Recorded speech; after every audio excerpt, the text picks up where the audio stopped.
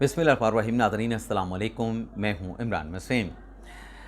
नाज़रीन, बानी तहरीक इंसाफ इमरान खान ने मुलाकात में अली अमीन गंडापुर को एस्टेब्लिशमेंट के साथ मुज़ाकरात का ग्रीन सिग्नल दे दिया, एस्टेब्लिशमेंट के साथ मुज़ाकरात का टास्क सौंप दिया। ये ख़बर तो नाज़रीन सोशल मीडिया पर और नेशनल मीडिया पर वायरल हो गई, अंडर डिस्कशन भी आई, इस पर टॉक शो भी हुए। लेकिन आज ये ख़बर अधूरी है। इस ख़बर में ये नहीं बताया गया कि मुज़ाकरात किन शराइत पे होंगे।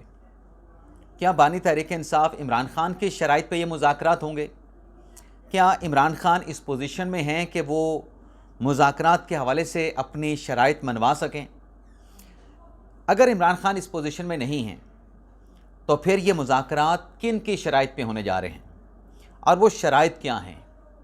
और ये जो सारा सियासी खेल है जो पाकिस्तान को अपनी 70-75 साला तारीख़ का जो एक वर्ष बदतरीन नेगेटिव प्रोपेगेंडे का जो सामना है, उसका भांडा कैसे फूटा है, हकीकत क्या है और इन मुज़ाकरात की शराइत क्या हैं, ये सारी डिटेल इस ख़बर के हवाले से जो अधूरे सवालात हैं, उन सवालात के जवाब और कुछ अहम डिटेल्स, कन्फर्म्स डिटेल्स आप नाज़रीन के साथ हम शेयर करने जा रहे हैं।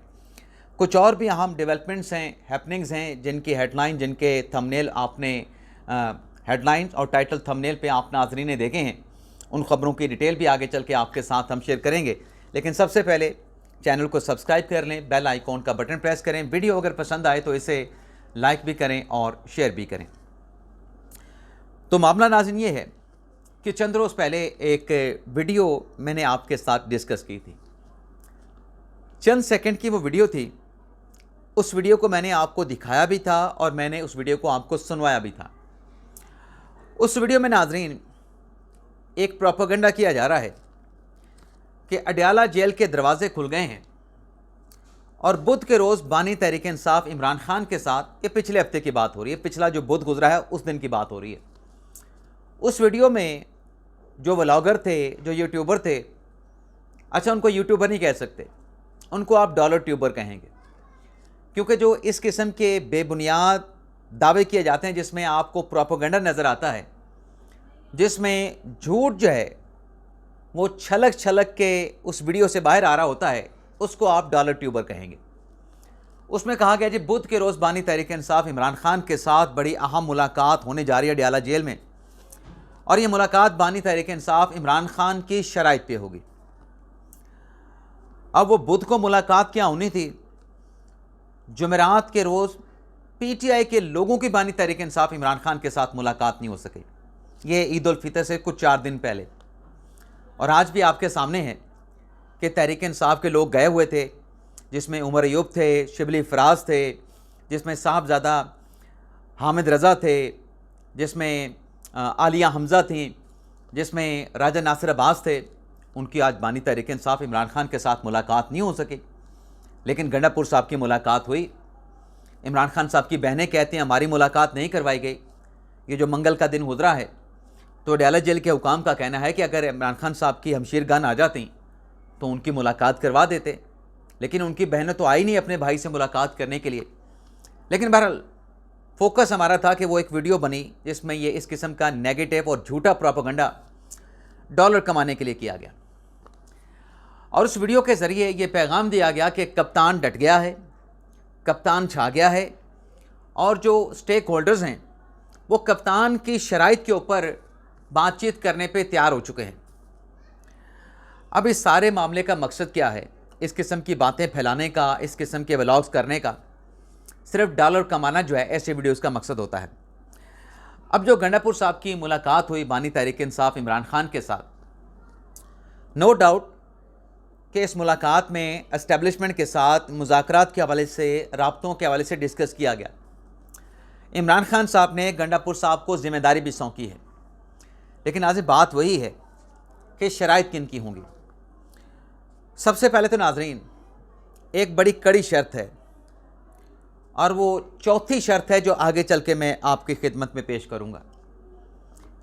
और ये कन्फर्म बात है कि जो पाकिस्तानी निज़ात अमेरिकन डॉक्टर्स पाकिस्तान में आए हैं, उनकी एस्टेब्लिशमेंट के साथ या एस्टेब्लिशमेंट के किसी करीबी के साथ या एस्टेब्लिशमेंट के किसी ऐसे नुमाइंदे के साथ मुलाकात हुई है जो बात आगे पहुंचा सकता है, जो बात आगे कर सकता है। ये कन्फर्म खबर है नाज़रीन, और सिक्योरिटी ज़राए इसकी तस्दीक भी करते हैं। दूसरी नाज़रीन जो कन्फर्म चीज़ है, यानी जो फैक्ट है, जो हकीकत है, जो झुटलाई नहीं जा सकती, वो ये है कि पैगाम ये दिया गया है, जो हम शराइत की बात कर रहे हैं, और वो पैगाम तहरीक इंसाफ और इमरान खान को दिया गया है कि हट धर्मी का जो रवैया है वो नहीं चलेगा। अब हट धर्मी का रवैया क्या है? सियासी ज़िद है, सियासी ज़िद है या कोई बचगाना ज़िद है, तो ये सब कुछ नहीं चलेगा। ये मैसेज इमरान खान या तहरीक इंसाफ को कन्वे किया गया है। दो कन्फर्म चीज़ें होगी।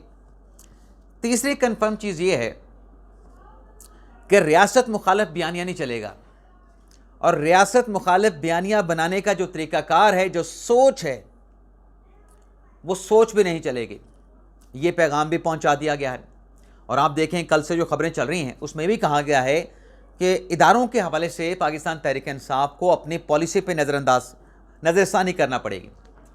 अब जो चौथी शर्त है नाज़रीन एस्टेब्लिशमेंट की, क्योंकि पहले तो तमाम जो कोशिशें की गई, जो एक जाल बिछाया गया या जो एक सियासी प्लान बनाया गया कि अमेरिका के थ्रू बानी तहरीक इंसाफ इमरान खान को रिहा करवाना है, वहाँ पे लॉबिंग फर्म की खिदमात हासिल की गई, वहाँ पे ऐवान नुमाइंदगान अमेरिका के उनके साथ रजू किया गया, उनके ट्वीट्स भी कराए गए।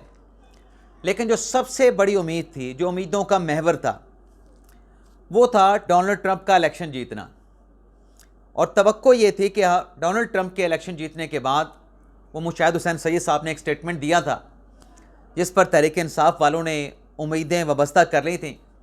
और आपने देखा होगा कि जब डोनाल्ड ट्रंप साहब इलेक्शन जीते अमेरिका का, तो पाकिस्तान तहरीक इंसाफ के रहनुमा खैबर पख्तूनख्वा हुकूमत के तर्जुमान बैरिस्टर सैफ साहब ने कहा था कि हमारे ट्रंप इलेक्शन जीत गए हैं। चलें जी, आपके ट्रंप इलेक्शन जीत गए हैं, तो क्या वहाँ से कोई टेलीफोन कॉल आई? क्या वहाँ से कोई लेटर हुकूमत पाकिस्तान के ख़िलाफ़ लिखा गया? नहीं लिखा गया। इमरान खान साहब के वाले से कोई बात हुई? कोई बात नहीं की गई। बल्कि अगर कोई सवाल अमेरिकन तर्जमान दफ्तर ख़ारजा से किया भी गया, उन्होंने ऐसे किसी सवाल का जवाब देना भी मुनासिब नहीं समझा।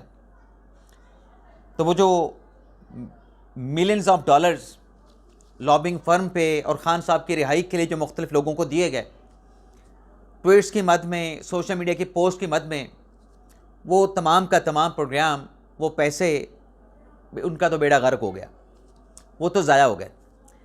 अब ये जो लोग पाकिस्तान में आए, अगर खान साहब की सियासी प्लान पे या सियासी चाल के ऊपर कुछ होना होता तो वो तो नहीं हो सका।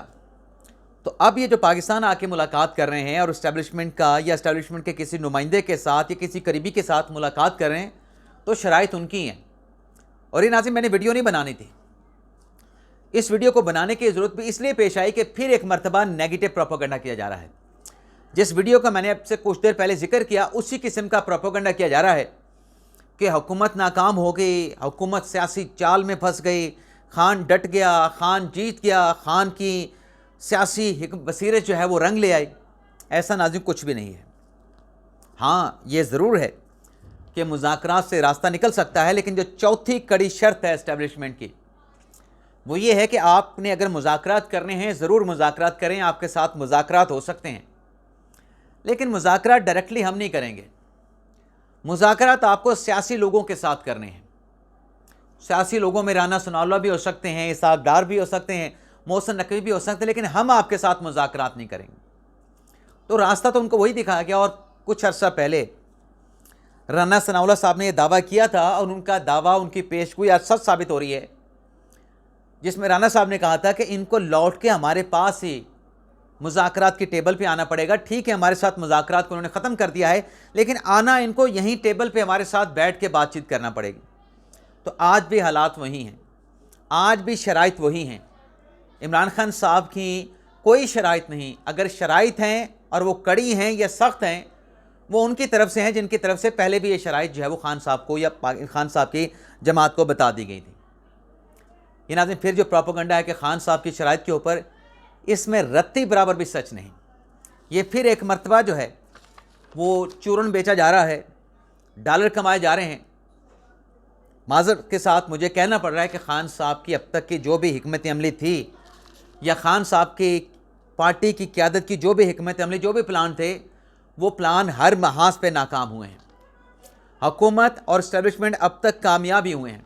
आज हुकूमत की सबसे बड़ी कामयाबी आप ये देखें कि बिजली की कीमतों में 7.5 रुपये से लेके 8 रुपये तक कमी कर दी गई है।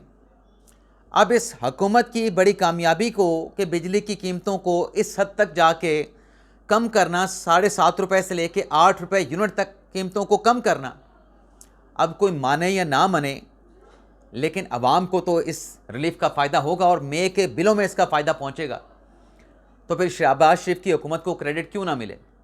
तो फिर नवाज शरीफ के बनाए गए वज़ीर आज़म शहबाज शरीफ को और उनकी काबीना को क्रेडिट क्यों ना मिले? अवैस लगारी जिन्होंने बिजली बनाने वाली कंपनियों के साथ मुज़ाकरात किए, उनको ये क्रेडिट क्यों ना मिले? उनको क्रेडिट मिलेगा। खान साहब के क्रेडिट पे क्या है पिछले कुछ अरसे से, या तहरीक इंसाफ के क्रेडिट पे क्या है कि वो अब तक अपनी सियासी स्पेस के लिए, बानी तहरीक इंसाफ इमरान खान की रिहाई के लिए क्या हासिल कर सके हैं?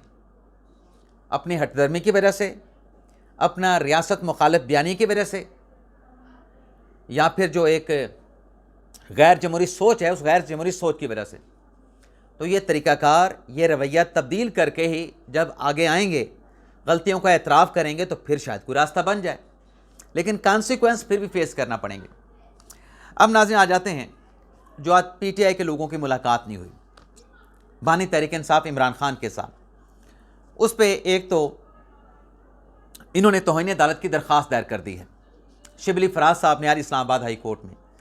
अच्छा, एक तरफ वो तौहीन अदालत की दरख्वास्त दायर की है, दूसरी तरफ तहरीक इंसाफ ये डिमांड कर रही है कि चूँकि हाई कोर्ट के 3 जजेस के फैसले पे, जिसमें जस्टिस सरफराज डोगर साहब हैं, जिसमें जस्टिस आज़म खान साहब हैं, जस्टिस अरबाब मोहम्मद ताहिर साहब हैं, तहरीक इंसाफ कह रही है इन जजेस के फैसले पर तो अमल नहीं होता, हमारी तो मुलाकातें नहीं करवाई जाएँ, लिहाजा ये 3 जज जो है वो मुस्तफ़ी हो जाएँ। इससे पहले जब आपकी मुलाकातें इमरान खान के साथ नहीं होती थीं, सरफराज डोगर साहब के हुक्म से पहले, तो क्या आपने जैसे सरदार इजाज़ इसाक खान साहब के इस्तीफ़े का मुतालबा किया, या कोई और जज जिसने खान साहब के साथ मुलाकात के हवाले से डायरेक्शन दी हो और मुलाकात ना हो सकी हो तो आपने उसका इस्तीफ़ा मांगा? आज क्यों इन 3 जजेस के इस्तीफ़े की बात पाकिस्तान तहरीक इंसाफ कर रही है? क्योंकि सरफराज डोगर साहब का चेहरा पसंद नहीं। सरफराज डोगर साहब के 3 रुकनी बेंच का जो फैसला है, उस फैसले पे अमल दरामद क्यों नहीं हुआ जो जज साहबान इस्तीफ़ा दे दें? आप पहले कंटेम्प्ट की एप्लीकेशन फ़ाइल करते थे, अब भी आपने फ़ाइल कर दी है। 1-2 दिन इंतज़ार कर लें। क्यों मुलाकात नहीं करवाई गई? अडियाला जेल की इंतज़ामिया की तरफ से पिक एंड चूज़ क्यों किया गया? उसकी वजूहात क्या थी? सब दूध का दूध पानी का पानी जो है वो सामने आ जाएगा। थोड़ा इंतज़ार तो कर लें। जजेस के इस्तीफ़ों पे आप क्यों चले जाते हैं? जजेस के इस्तीफ़े का मुतालबा क्यों करते हैं? इससे पहले तो आप नहीं करते थे। मुलाकातें तो पहले भी रह जाती थी, या मुलाकातें पहले भी नहीं होती थी, तब तो आप जजेस का इस्तीफ़ा नहीं मांगते थे। सरफराज डोगर साहब से या उनके बेंच से आपको इतनी मोहब्बत कि आपने इस्तीफ़े का तकाजा कर दिया, इस्तीफ़े का मुतालबा कर दिया। अच्छा, ये तो 3 जजेस के इस्तीफ़े की बात हो गई। सिंध हाई कोर्ट के जस्टिस आगा फैसल साहब हैं, सिंध हाई कोर्ट के कॉन्स्टिट्यूशनल बेंच का हिस्सा हैं।